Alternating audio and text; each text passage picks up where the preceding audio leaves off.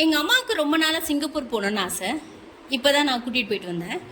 Singapore போனதுக்கப்புறம் 2 நாள் நல்லா சுற்றி காமிச்சிட்டு இருந்தாங்க எங்கள் டூரிஸ்ட்.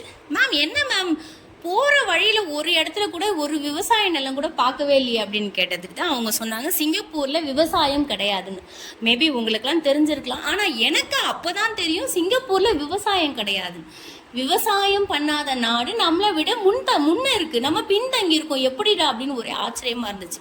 ஆனால் அங்கே இன்னொரு ஆச்சரியமும் நான் எனக்காக காத்துட்டு இருந்தது. என்ன அப்படின்னா ஒரு வீட்லேயும் 3 மரம் 4 மரம் இருக்குது. அவங்க எப்படின்னா மரத்தை அழகுபடுத்த மாதிரி மரம் எப்படிலாம் விதவிதமாக சாஞ்சு எப்படிலாம் களை விட்டுருக்கோ அதுக்கேற்ற மாதிரி தான் வீடு கட்டுறாங்களே தவிர வீடுக்கேற்ற மாதிரி மரத்தை யாரும் வெட்டுறது கிடையாது. அதை பார்த்தோன்னா ரொம்ப ஆச்சரியம். சிங்கப்பூரில் ஒரு மரத்தை வெட்டி வீடு கட்டணும் அப்படின்னா வீடு கட்டுற செலவோடு ஜாஸ்தியாக மரம் வெட்டுற காசு, அவ்வளோ வரி கட்டணுமா அந்த நாட்டுக்கு. பார்த்துக்கோங்க. நம்ம ஊரில் அசால்ட்டாக பூமி பூஜை போகிறதுக்கு முன்னாடி சம்மந்தமே இல்லாத மரத்தை கூட வெட்டிட்டு சேர்த்து ஒரு பூஜையை போட்டுடுறோம். தயவு செஞ்சு இனிமேட்டு மரத்தை வெட்டாதீங்க. நம்ம நாட்டையும் அழகுபடுத்துவோம். நம்மளையும் ஊரில் பார்த்தாங்கன்னா அப்படியே பிரம்மாண்டமாக வைப்போம்.